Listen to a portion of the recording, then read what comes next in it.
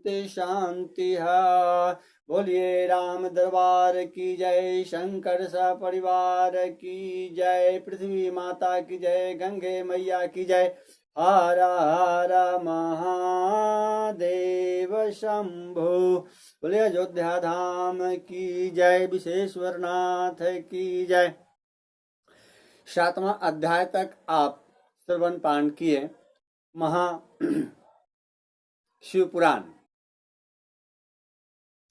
श्रवण पान मैं कृतार्थ होता हूं आप लोग से आशीर्वाद पाकर।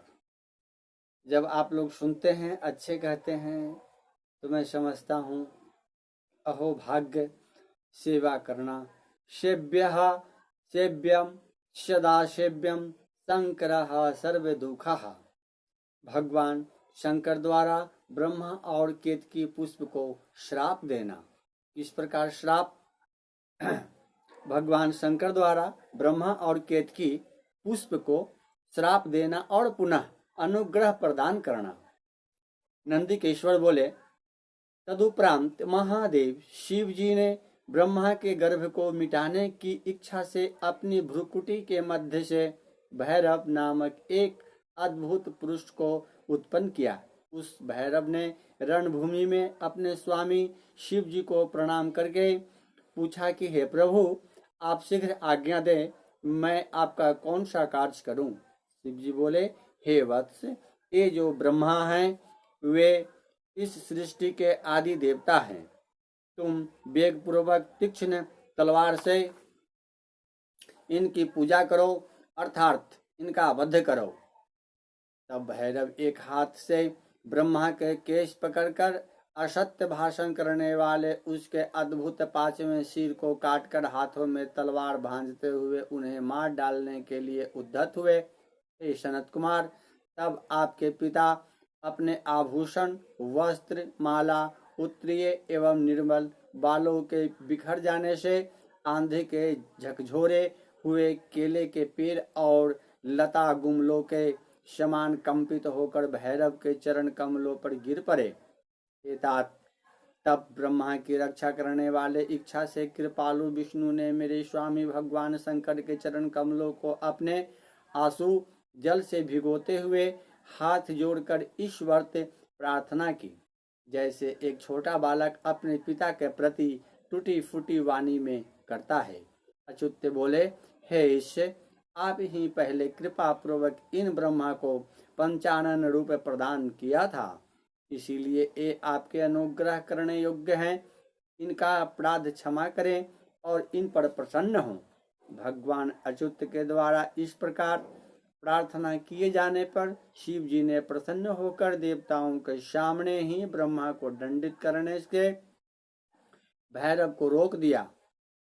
शिव जी ने एक सिर से विहीन कपटी ब्रह्मा से कहा, हे ब्रह्मन, तुम श्रेष्ठता पाने के चक्कर में छठे सत्तत्व को प्राप्त हो गए हो, इसीलिए संसार में तुम्हारा सत्कार नहीं होगा और तुम्हारे मंदिर तथा पूजनोत्सव आदि नहीं होंगे। ब्रह्मा जी बोले, हे महाविभूति संपन्न स्वामिन, आप मुझ पर प्रसन्न होइए। मैं आपकी कृपा से आपके सिर के कटने को भी जो आज श्रेष्ठ समझता हूँ, विश्व के कारण विश्व बंधु दोषों को यह लगने वाले और पर्वत के समान कठोर धनुष धारण करने वाले आप भगवान शिव को नमस्कार है।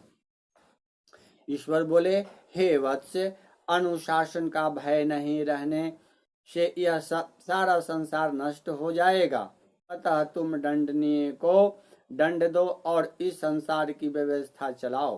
तुम्हें एक परम दुर्लभ वर भी देता हूँ, जिसे ग्रहण करो। अग्निहोत्र आदि वैतानिक और गृह यज्ञों में आप ही श्रेष्ठ रहेंगे। सर्वांग पूर्ण और पुष्कल दक्षिणा वाला यज्ञ भी आपके बिना निष्फल होगा।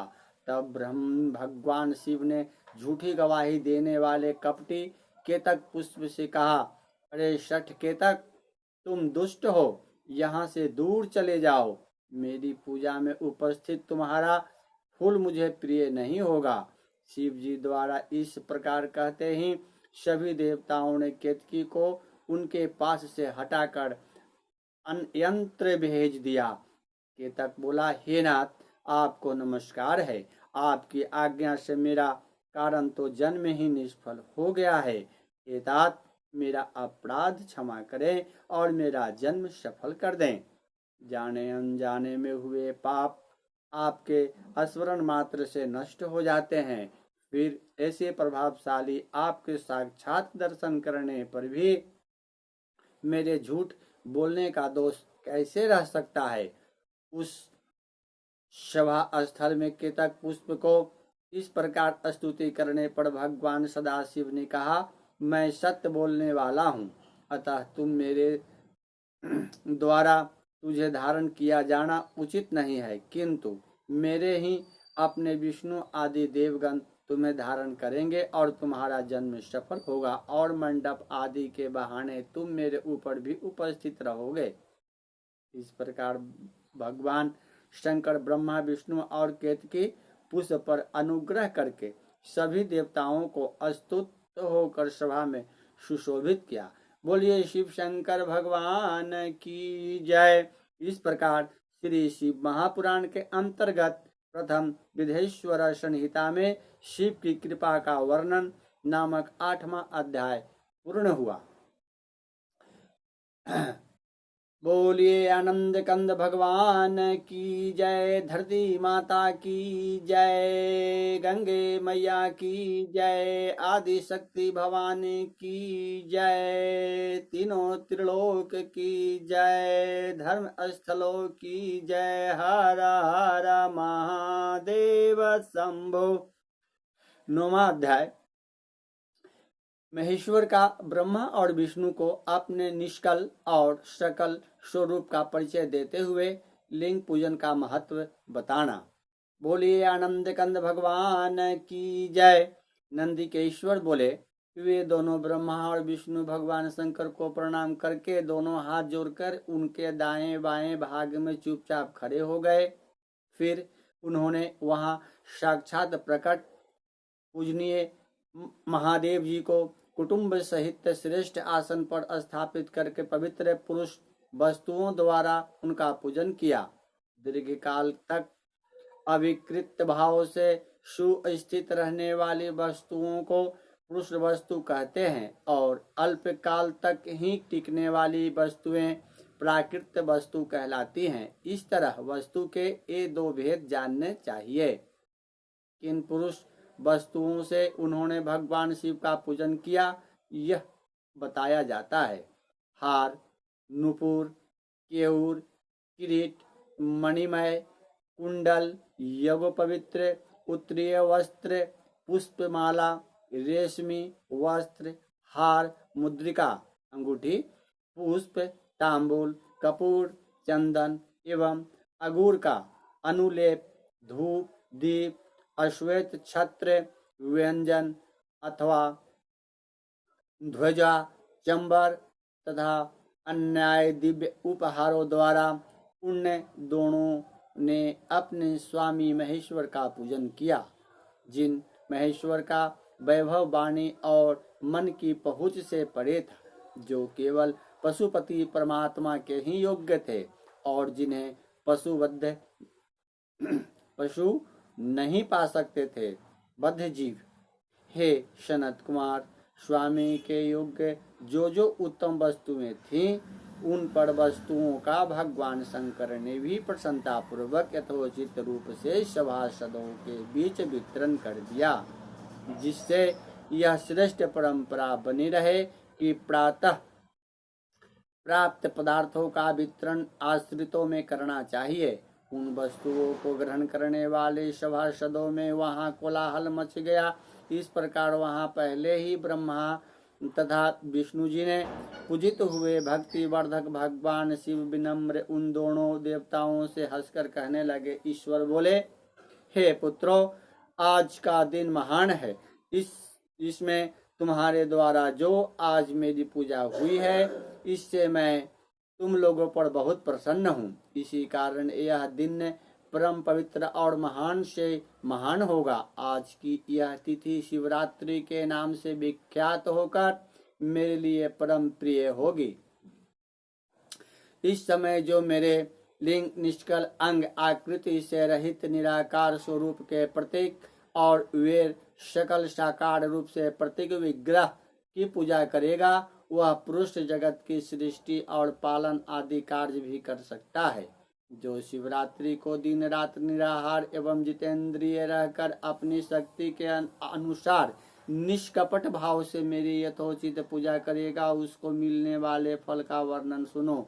1 वर्ष तक निरंतर मेरी पूजा करने पर जो फल मिलता है, वह सारा फल केवल शिवरात्रि को मेरा पूजन करने से मनुष्य तत्काल प्राप्त कर लेता है। जैसे पूर्ण चंद्रमा उदय समुद्र की वृद्धि का अवसर है, उसी प्रकार यह शिवरात्रि तिथि मेरे धर्म की वृद्धि का समय है। इसी तिथि में मेरी स्थापना आदि का मंगलमय उत्सव होना चाहिए।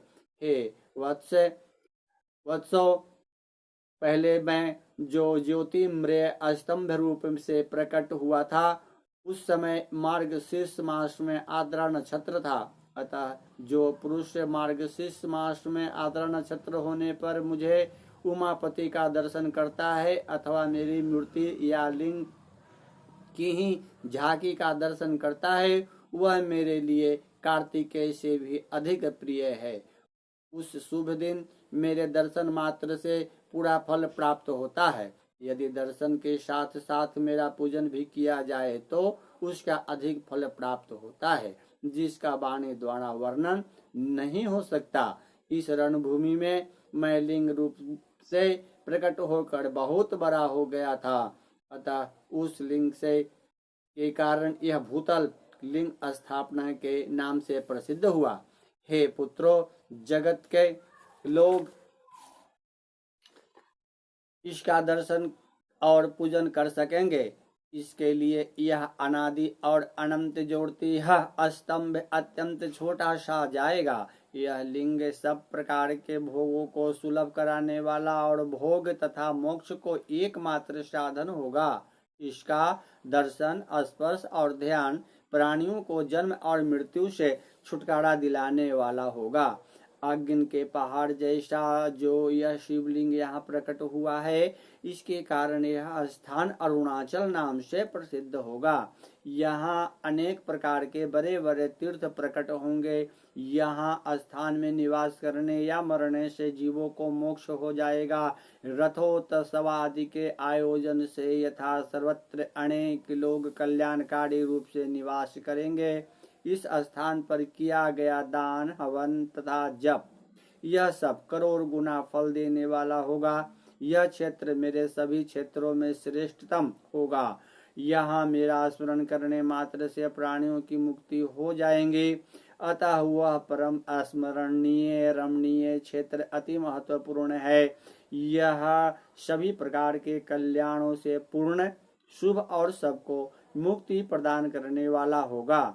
इस लिंग में मुझे लिंगेश्वर की अर्चना करके मनुष्य शालोक्य, सामीप्य, सारूप्य, सारिष्ट और सायुज्य, इन 5 प्रकार की मुक्तियों का अधिकार प्राप्त कर लेगा। आप लोगों को भी शीघ्र ही सभी मनोवांछित फल प्राप्त होगा। नंदिकेश्वर बोले, इस प्रकार विनम्र ब्रह्मा तथा विष्णु पर अनुग्रह करके भगवान शंकर ने उनके यह जो सैन्य दल परस्पर युद्ध में मारे गए थे, उन्हें अपने अमृत वर्षणी से शक्ति से जीवित कर दिया। उन दोनों ब्रह्मा और विष्णु की मूढ़ता और पारस्परिक वैर को मिटाने के लिए भगवान शंकर उन दोनों से कहने लगे, मेरे 2 रूप हैं, सकल और निष्कल, दूसरे किसी के ऐसे रूप नहीं है, अतः मेरे अतिरिक्त अन्य सब अनीश्वर हैं। हे पुत्रों, पहले मैं स्तंभ के से प्रकट हुआ, फिर आपने साक्षात रूप से ब्रह्मा भाव मेरे निष्कल रूप और महेश्वर भाव सकल रूप है। ये दोनों मेरे ही सिद्ध रूप हैं, मेरे अतिरिक्त किसी दूसरे के नहीं है। इस कारण तुम दोनों का अथवा अन्य किसी का भी ईश्वर तत्व कभी नहीं है। अज्ञान के कारण तुम दोनों को जो यह इस तत्व का आश्चर्यजनक अभिमान उत्पन्न हो गया था, उसे दूर करने के लिए मैं इस रणभूमि में प्रकट हुआ हूँ। उस अपने अभिमान को छोड़ दो और मुझे परमेश्वर में अपनी बुद्धि स्थिर करो। मेरे अनुग्रह से ही सभी लोकों में सब कुछ प्रकाशित होता है। इस गुढ़ ब्रह्म तत्व को तुम्हारे प्रति प्रेम होने के कारण ही मैं बता रहा हूँ। मैं ही परब्रह्म हूँ। कल सगुण और अकल निर्गुण, ये दोनों मेरे ही रूप है। मेरा स्वरूप ब्रह्म रूप होने के कारण मैं ईश्वर भी हूँ।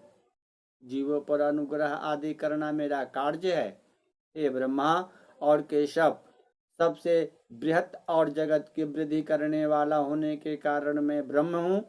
हे पुत्रो, सर्वत्र सब रूप से स्थित और व्यापक होने से मैं ही सबका आत्मा हूँ। अन्य सभी जीवों आत्मन्य रूप हैं, इसमें संदेह नहीं है। सर्ग के से लेकर अनुग्रह तक आत्मा और ईश्वर से भिन्न जो जगत संबंधी पांच कृत्य हैं, वो सदा मेरे ही हैं। मेरे अतिरिक्त दूसरे किसी के नहीं है, क्योंकि मैं ही सबका ईश्वर हूँ।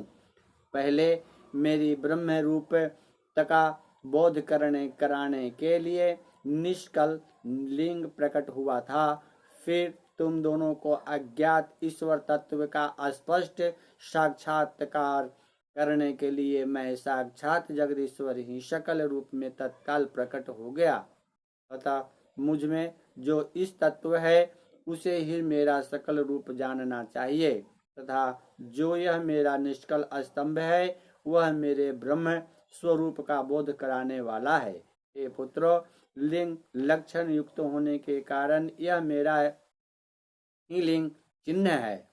तुम दोनों को प्रतिदिन यहाँ रहकर इसका पूजन करना चाहिए।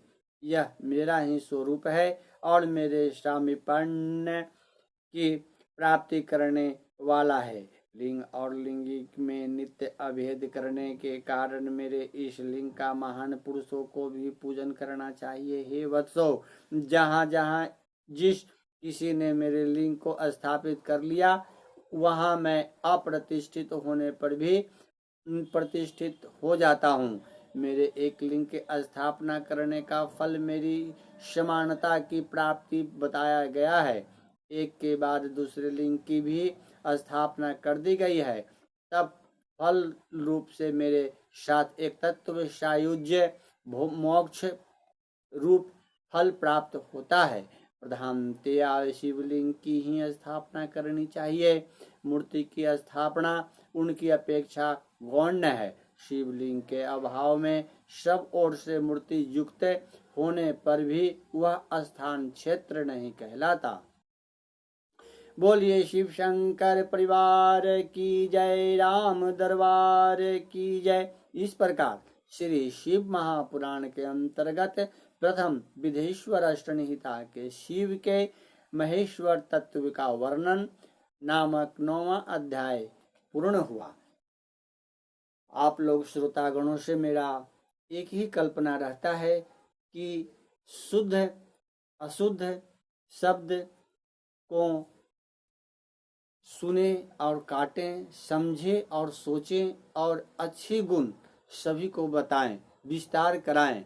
शिव शंकर भगवान कैसे, कब और किस पर कृपा किस प्रकार करेंगे कोई नहीं जानता। अलाख निरंजन, खोलिए पलक, देखिए दुनिया की झलक। हर हर महादेव।